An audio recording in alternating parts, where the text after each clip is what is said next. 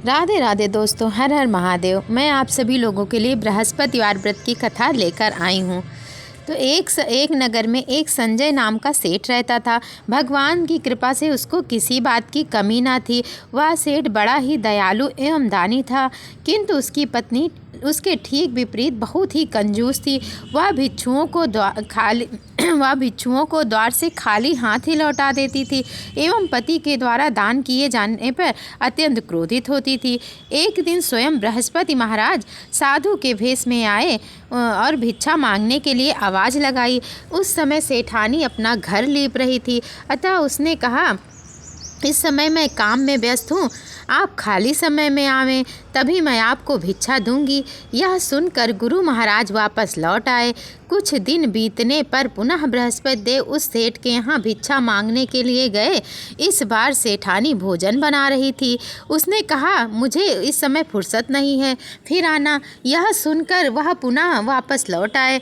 फिर कुछ समय बाद गुरु महाराज सेठ के घर गए, किंतु सेठानी ने मैं खाली नहीं हूँ का बहाना करके उन्हें पुनः लौटाना चाहा तो साधु महाराज बोले, इस प्रकार तो तुम्हें दान एवं भिक्षा के लिए कभी समय ही नहीं मिलेगा, अतः तुम एकदम खाली हो जाओ। बृहस्पतिवार को कुछ दिन चढ़ जाने के बाद सोकर उठो तथा घर में झाड़ू लगाओ।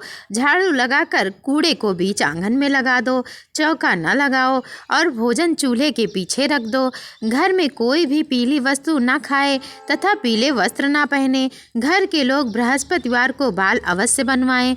जब अधिक रात हो जाए तब दीपक जलाना। इस प्रकार तुम शीघ्र ही खाली हो जाओगी। ऐसा कहकर साधु रूपी बृहस्पति भगवान वहां से थोड़ी दूर चलकर अंतर ध्यान हो गए। सेठानी ने साधु द्वारा बताए हुए कथन के अनुसार अपने कार्य करने प्रारंभ कर दिए, जिससे कुछ समय के बाद सब धन का नाश हो गया और वह भोजन को तरसने लगी। किंतु अब सेठानी को पूर्ण अवकाश था। कुछ दिन बीतने पर बृहस्पति महाराज पुनः सेठानी के घर भिक्षा मांगने के वास्ते गए। सेठानी साधु को पहचान कर बोली, इस समय तो मेरे पास कुछ भी नहीं है, मैं आपको क्या दे सकती हूँ। यह सुनकर साधु महाराज बोले कि अब तो तुम्हें हर समय अवकाश है, अब तो कुछ हमें देना ही चाहिए। साधु महाराज की बात सुन सेठानी ने पहले की हुई गलतियों के लिए क्षमा मांगी और कहा, आप मेरे ऊपर दया करके ऐसा उपाय बताने की कृपा करें जिससे हमें धन धान्य की पुनः प्राप्ति हो जाए। अब मैं कभी किसी को खाली हाथ नहीं लौटाऊंगी और आप जिस प्रकार से कहेंगे मैं आपका कहना मानूंगी। सेठानी के इस प्रकार विनय को सुनकर साधु महाराज ने कहा कि अब तुम अपने नियमों में परिवर्तन करो और प्रातःकाल जल्दी सोकर उठो। घर को गाय के गोबर से लीपो। शाम को सूर्यास्त के समय ही घर में दीपक जलाओ। भिक्षुओं एवं महात्माओं को खाली हाथ न लौटाओ। बृहस्पति के दिन घर वाले लोग हजामत न बनवाएं।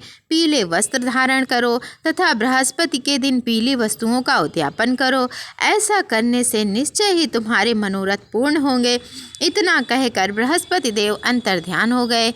जिस प्रकार साधु महाराज विधि बतला कर गए थे, सेठानी ने ठीक उसी प्रकार से कार्य करने प्रारंभ कर दिए, जिसके प्रभाव से उसका घर पहले से भी अधिक हरा भरा तथा धन धान्य से परिपूर्ण हो गया।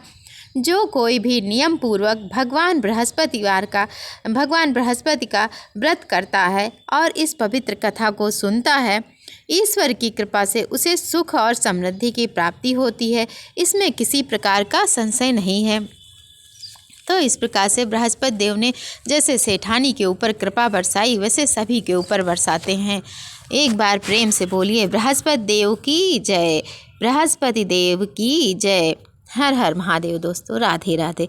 अगर ये कहानी आप लोगों को थोड़ी सी भी अच्छी लगे तो लाइक, कमेंट, शेयर ज़रूर करिएगा। राधे राधे दोस्तों।